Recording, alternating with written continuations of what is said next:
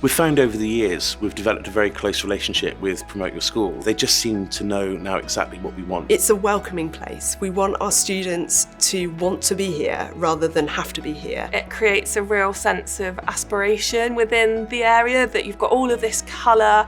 It's quite clear that the school's really heavily invested. We're blessed with an absolutely beautiful building, and it was trying to find ways to enhance that space and the children's experience even further. We've been delighted with all of the work that we've had with Promote Your School and all of the wall art they've put up in our buildings. Actually, I've recommended wall art to a number of other schools locally and other people that I know, and they've all gone to Promote Your School and they've been equally delighted with the results that they've had. I think the longer we work together, actually, the closer the relationship has been. Quality of what we're able to put up on the walls, I think, in my opinion, has improved each time we've put a new piece of wall art up. We recently had an Ofsted inspection, and one of the comments that an inspector made was, what an inspirational learning environment you have at this school. And the wall art for us is an integral part of that.